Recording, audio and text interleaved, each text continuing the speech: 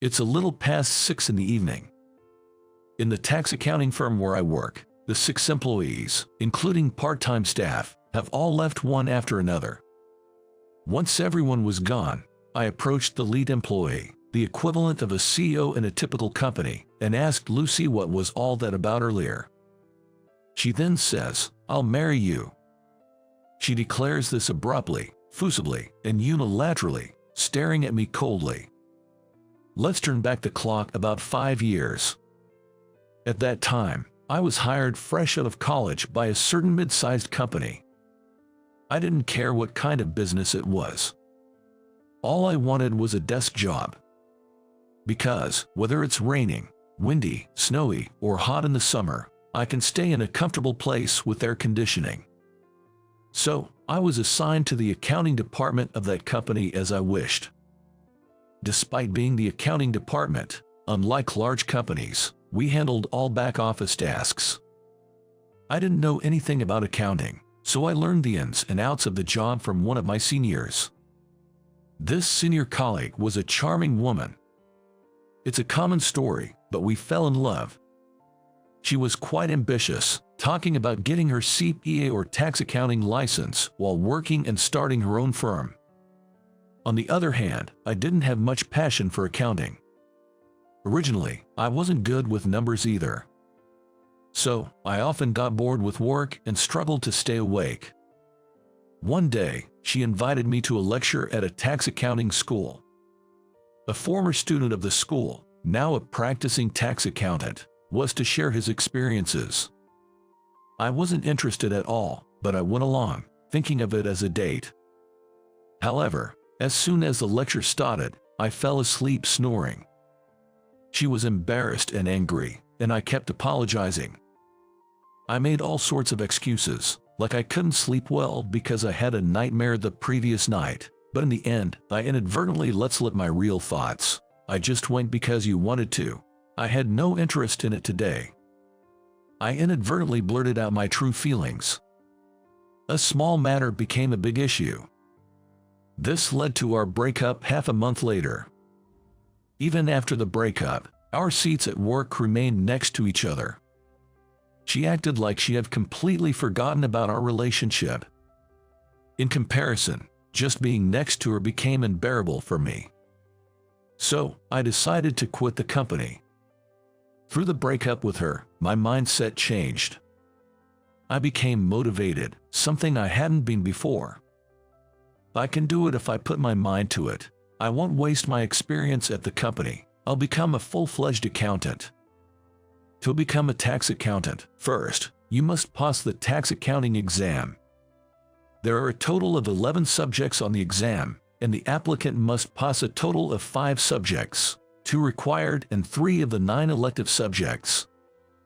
You don't have to pass all 5 subjects at once. For example, you can take 1 subject each year for 5 years. After that, you register with the American Institute of Certified Public Accountants, and only then can you call yourself a tax accountant. So, after quitting my job, I decided to get by with part-time jobs without finding a new full-time job. I thought if I got a cozy job somewhere, I might give up on becoming a tax accountant. I'm not bragging, but I tend to be indecisive and weak-willed, so I thought I should cut off my means of retreat. For the shortfall in living expenses, I decided to live on my parents. I studied for the exam while working part-time. I worked hard, many times harder than I had studied for college entrance exams. And after 3 years, I passed the required 2 subjects. So, I decided to aim for passing the remaining 3 exams while studying in an environment where I could get hands-on experience with tax accounting. Then I applied for an assistant position with one of the tax firms. Most tax firms are sole proprietorships, but this one had just acquired corporate status. And the representative employee, or what would be called the CEO in a general company, was named Lucy. Including Lucy, it was a small office with about 5 employees. Lucy also conducted my job interview when I applied. I was 26, and she was 29. At first, I was nervous during the interview. clenching my fists on my lap, but seeing the relatively young Lucy relax me. When she began to read my resume across the desk, I relaxed and crossed my legs. Then she lifted her eyes from the resume and shot a sharp, stern look at my legs. Realizing that this was inappropriate, I immediately corrected my posture and sat properly on the chair. Man, I struggle with these types of people. She wasn't bad looking. In fact, she would be considered beautiful. She had a model-like face. Her nose slightly upturned seemed snobbish, but not in a bad way. But something about her was intimidating, or maybe too perfect, which I wasn't fond of. Do you get tired easily, Sam? I was puzzled by the unexpected question. Not really. I think I'm average. She explained that the job of a tax accountant requires concentration, and if one gets tired easily, it could lead to mistakes due to lack of attention. Now that I think about it, at my previous job, fighting off sleep was also part of the work. I joked, and she shot me the same sharp look as when I had crossed my legs. I regretted making unnecessary remarks and thought I had failed the interview. However, can you start from next week? Surprisingly, I was hired. Thus, I gained practical experience as an assistant to her and another accountant at her firm. I continued my studies for the tax accountant exam alongside it. I planned to pass the remaining 3 subjects one by one without pushing myself, over 3 years. And I set a new goal. That was to get married. Looking around, everyone was dating with marriage in mind, getting married soon, or already married. I was the only one without a partner and felt rushed. But more importantly, I believed that having a family, when I set up my tax accounting firm, would earn more trust from clients compared to being single. After working for over 6 months at her tax accounting firm, due to her policy, usually, if there was work left to be done, it would be turned over to the next day and everyone would go home on time. However, the busy period with overlapping client settlements was the exception. And on that day, even as the regular closing hour approached, work continued to drag on, and I couldn't concentrate on my work because I kept looking at the clock on the wall, worrying about the time. That's because, on that day, I had plans to attend a singles mixer after work.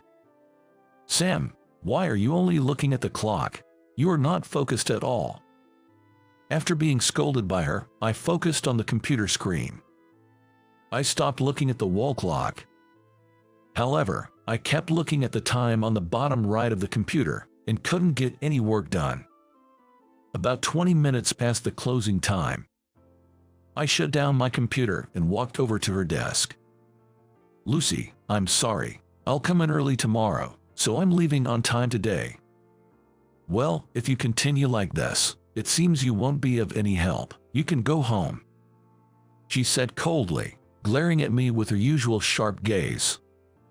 I rushed out of the office and hurried to the singles mixer venue. I slid into the party just in time for the start. However, once the party started, even during introductions and conversations, I couldn't comprehend what the other person was saying, nor could I grasp what I was expressing. My mind just wasn't in it. While working, I was preoccupied with the singles mixer, and at the mixer, I was worried about work. Ultimately, the party was a swing and a miss, and I went to bed early to prepare for the next day. Before I knew it, 2 years had passed. At work, I had made more mistakes and blunders than I could count on both hands. Each time, she bombarded me with her sharp, intimidating stare. My search for a partner was also going in successfully, and I haven't even found a potential marriage partner. However, my tax accountant exams were going smoothly, with only 1 subject left after passing 2. One day, I was having dinner at a restaurant near the station while reading my textbook. Thinking I should jot this down, I attempted to pull out my usual notebook from my bag. Then, I realized I had left my notebook at the office. So, after finishing my meal, I went back to the office. I thought everyone had left, but the lights in the office were still on. As I was about to open the office door, "What do you mean, quitting all of a sudden?" I heard her yelling inside. I couldn't help but listen in on the scene. She was talking to the only other tax accountant male employee in the office beside her. I had heard that he closed his own office to join her when she incorporated her private practice. That's because a tax accounting firm cannot incorporate without having at least 2 certified professionals on staff. She and the male employee were both former colleagues and rivals who had trained at the same firm. After each started their own practice, they referred clients to each other. As I was standing in front of the door, unable to enter the office, the door was abruptly opened from inside. "What is it, Sam?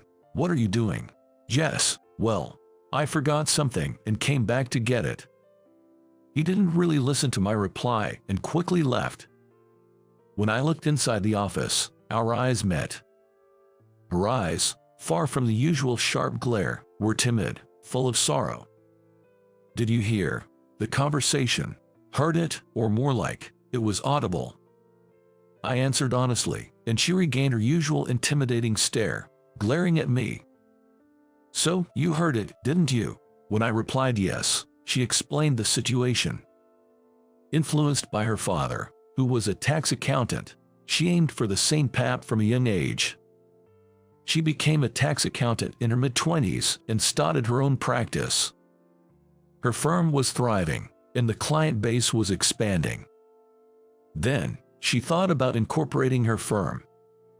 Incorporation has its pros and cons, but she chose to incorporate. To incorporate a tax accounting firm, at least 2 certified accountants must be on staff. So, Lucy reached out to her old acquaintance. He was also keen on the idea and closed his own office to join Lucy's firm. Since Lucy initiated this, by mutual agreement, she became the representative employee. However, he, who was once the sole proprietor of his own practice, became increasingly dissatisfied with being a staff employee as 1 or 2 years passed and finally declared he wanted to go independent again. If that's the case, why not just revert the office back to a sole proprietorship? I said, pulling out a forgotten notebook from the drawer of my desk. Lucy leaned back in her chair, hands clasped behind her head, and replied, "But you see, there isn't much difference between a sole proprietorship and a corporation in tax accounting terms. However, clients may perceive a downgrade in status if a firm switches from corporate to individual ownership." She definitely wanted to avoid that. While I was standing, holding the forgotten college notebook, she stood up, seemingly very curious. "Did you come back to get that because you forgot it? Is it, by any chance, a study notebook for an exam?" I nodded. "Let me see." I was a bit embarrassed because I had been studying on my own with commercially available texts and materials borrowed from the library, not attending any school or courses. "It's fine. Let me see how you are doing it on your own." "But it's kinda." She quickly snatched the notebook from my hand and nodded in understanding as she looked through it. "You'll definitely make it in the real exam with this." I was somewhat shaken by her kind words, words she had never said before. Was she just being nice because she felt awkward after hearing the conversation she wasn't supposed to hear? Her kindness was only for that moment. From the next day, she treated me with even sharper, harsher eyes, even for my minor mistakes and blunders. I, considering it a patience until I start my own office, paid no attention and devoted myself to work, study for the exam, and searching for a life partner. Another half year or so had passed. The search for a life partner was utterly unfruitful, but I passed the last subject of the tax accountant exam. I have more than 3 years of practical experience and can register as an accountant if I apply. We never had any end-of-year parties or office drinking parties, partly due to Lucy's policy.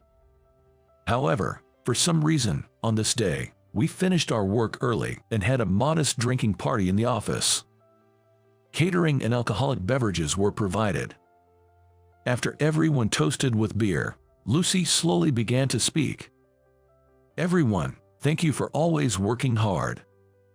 Lucy bowed deeply, and everyone responded accordingly. "Please, help yourselves to the food and listen while you eat." With that preamble, she started explaining the reason for hosting this drinking party. First, a certified tax accountant male employee who joined the office during incorporation is planning to leave soon. With his departure, Lucy will be the only accountant left, meaning the firm can't continue as a corporation. But that doesn't mean it will affect your conditions immediately. However, personally, I don't want to lose the corporate status. After saying this, she sent me her usual sharp look. To my surprise, I received an offer from someone unexpected. It's Sam. Then she announced that even after I register as an accountant, I would remain a tax accountant in this firm. Everyone in the room clapped, patted my shoulder joyfully, and shook my hand. I never said a word about staying in this firm. Confused and bewildered, I looked at her. She was smirking, a knowing smile on her face. What was that all about earlier? I haven't heard anything, let alone been consulted by you. I confronted her after everyone had left following the party. So, you don't want to be our company's tax accountant? No, I have my own life plan. Then, I explained it to her. My goal is to become a tax accountant and to open my own office. Before setting up the office, I intend to find a spouse and start a family to appeal more to clients. So, how are things currently? So I've passed the tax accountant exam. Now I just need to find a spouse. Then I'll marry you, she said, glaring at me coldly, abruptly, forcefully, and unilaterally. I blurted out, not knowing if it was a joke or what. I have the right to choose too. Then she immediately said, "Then choose me." As I was in a fluster, she continued, "Do you know why you were hired?" I shook my head sideways. Then she said, who seemingly looked down on the work of a tax accountant, intrigued her. She was interested in how many days I would last, how much I could do. But contrary to her expectations, despite my mistakes and failures, I managed to complete the tasks without giving up halfway and even passed the tax accountant exam. She herself always strived for perfection, but she said she always saw me as a natural and came to think that she could relax her shoulders more. It's been about 5 years. I was asked to speak at a lecture about my experiences leading up to becoming a tax accountant, something not typical of me. I pondered over what to talk about days before, earnestly wrote the manuscript, and just when I thought it was perfect and started the lecture, there was a man in the front row, snoring and dozing off. It got on my nerves, and I felt regret, but at the same time, I thought I should work harder so that people would want to hear me speak, she said with a shy smile. It rang a bell. Maybe that dozing man was me. Yes, it was, no doubt about it. She had realized during the interview that the man dozing off at the lecture was me. That's why I asked if you get tired easily. Remember, I was surprised, realizing that only now. Is the director the type to hold grudges? Can't you just say I have a good memory? And about calling me director, enough already.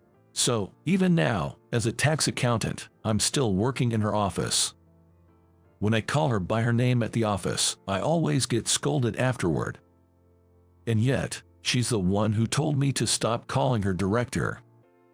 She says I can only call her by her first name at home. Because when I call her by her name, she reflexively replies with a sweet nasal darling. She says it affects her reputation as a representative employee if the subordinates see her embarrassing reaction. However, she doesn't realize I deliberately call her by her name during work when she is stressed with tasks or the atmosphere is too tense to change the mood.